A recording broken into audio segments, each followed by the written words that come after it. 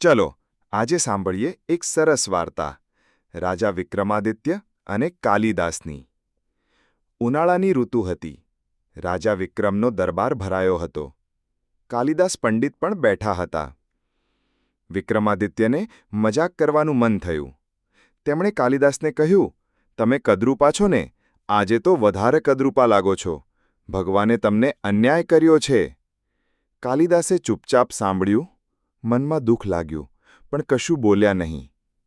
બીજે દિવસે કાલિદાસે દરબારમાં રાખેલા માટીના ઘડાની જગ્યાએ સોનાનો ઘડો મૂકી દીધો।